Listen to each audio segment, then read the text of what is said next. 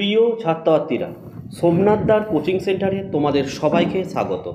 আজকের ভিডিওতে থাকছে দ্বাদশ শ্রেণী তৃতীয় সেমিস্টার মানব বিকাশ এবং সম্পদ পরিচালনা। এটা আমাদের কোচিং সেন্টারের হোয়াটসঅ্যাপ নাম্বার। যারা যাদের নোটের প্রয়োজন, যাদের হাতে একদম টাইম নেই, তোমরা আমাদের কোচিং সেন্টার থেকে মাত্র 75 টাকার বিনিময়ে পিডিএফ নোট কিন্তু সংগ্রহ করতে পারো। আমাদের কাছে কোন কোন সাবজেক্টের নোটগুলো পাওয়া যাবে একটু বলে রাখি।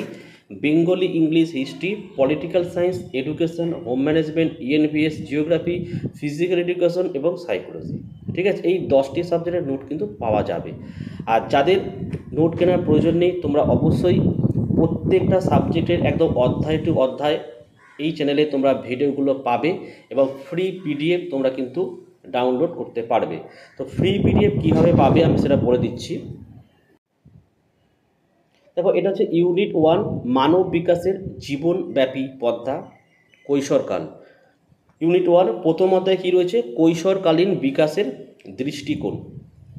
ঠিক আছে, তো দেখো এখানে ভিডিওটি তোমরা সম্পূর্ণ দেখবে। এই ভিডিওর মধ্যে একটি পাসওয়ার্ড তোমরা দেখতে পাবে কয়েক সেকেন্ডের জন্য। সেই পাসওয়ার্ডটা তোমরা এই ভিডিওর ডেসক্রিপশন বক্সে আমি পিডিএফের লিঙ্ক দেবো, সেই লিঙ্কে ক্লিক করলেই দেখবে একটা পাসওয়ার্ড চাইবে। পাসওয়ার্ডটি পুট করলেই তোমরা সঙ্গে সঙ্গে এটা ফ্রিতে ডাউনলোড করে নিতে পারবে। আর যারা ডাউনলোড করবে না, তোমরা চাইছো যে লিখে নিতে, তোমরা লিখেও কিন্তু পড়তে পারো। তো চলো আমরা ভিডিওটি শুরু করি। দেখো, ইংরেজি অ্যাডোলিসেন্স শব্দটির উৎপত্তি হয়েছে, লিখবে ল্যাটিন শব্দ, উত্তর হচ্ছে ল্যাটিন শব্দ অ্যাডোলিয়েসিয়ার থেকে। ঠিক আছে, অ্যাডোলিয়েসিয়ার থেকে। 2 নম্বর, দার্শনিক এলিজাবেথ হার্লকের মতানুসারে কৈশোরকাল হিসেবে গণ্য করা হয় 12 থেকে 19 বছর বয়স পর্যন্ত সময়কালকে। 3 নম্বর, নিচের যেটি কৈশোরকালের বৈশিষ্ট্য নয় সেটা হচ্ছে শান্তিপূর্ণ আচরণ। 4, নিচের যেটি কৈশোরকালীন চাহিদা নয় সেটা হচ্ছে বশ্যতার চাহিদা। নিচের যেটি কৈশোরকালের চাহিদা নয় নেতিবাচক সামাজিক মিথস্ক্রিয়ার চাহিদা। 6, এলিজাবেথ হার্লকের মতে প্রাক কৈশোরকাল হলো, লিখবে 12 থেকে 15 বছর পর্যন্ত। 7, এলিজাবেথ হার্লকের মতে প্রান্তীয় কৈশোরকাল হলো, লিখবে 15 থেকে 19 বছর বয়স পর্যন্ত।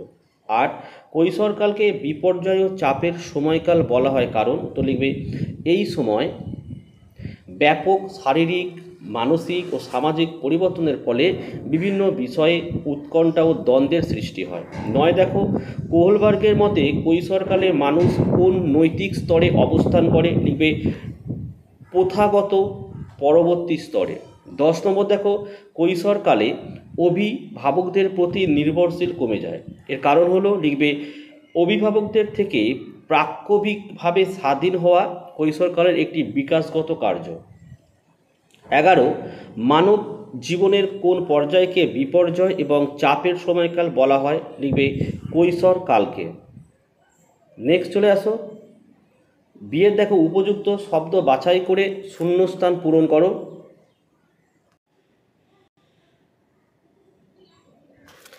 বি দিয়ে দেখো উপযুক্ত শব্দ বাছাই করে শূন্যস্থান পূরণ করো। 12 নম্বরের প্রশ্ন বলা হচ্ছে দার্শনিক এলিজাবেথ হার্লকের মতানুসারে কৈশোরকালকে ড্যাশ ভাগে ভাগ করেছেন, লিখবে 2 ভাগে ভাগ করেছেন। 13, দেখো বিভিন্ন প্রকার গল্পের বই এবং ম্যাগাজিন পড়ে যে শিক্ষা লাভ হয় তাকে বলা হয় ড্যাশ শিক্ষা, লিখবে অপ্রথাগত শিক্ষা। 14 নম্বর প্রশ্ন, একজন কিশোর অথবা কিশোরীকে স্বাস্থ্যকর বিকাশের জন্য তাদের ড্যাশ নিবৃত্তি প্রয়োজন, প্রাথমিক চাহিদার প্রয়োজন।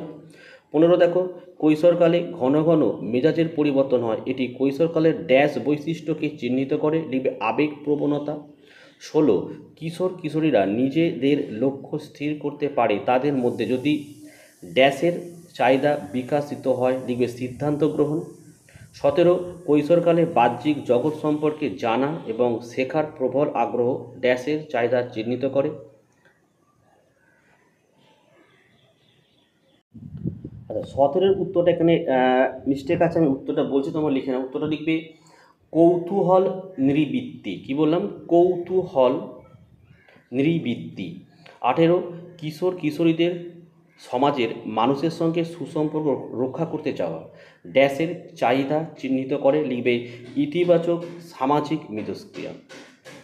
তো এই ছিল আজকের ভিডিও ভালো লাগলে একটি লাইক করো এবং চ্যানেলে নতুন হলে চ্যানেলটিকে সাবস্ক্রাইব করো, পাশে থাকা বেল আইকন প্রেস করে অল নোটিফিকেশনটাকে অন করো, যাতে আমি যখনই কোনো ভিডিও আপলোড করি সবার প্রথম যেন তোমার কাছে পৌঁছে যেত। আজকের ভিডিও আমি এখানেই শেষ করলাম। তোমরা প্রত্যেকে ভালো থেকো এবং সুস্থ থেকো।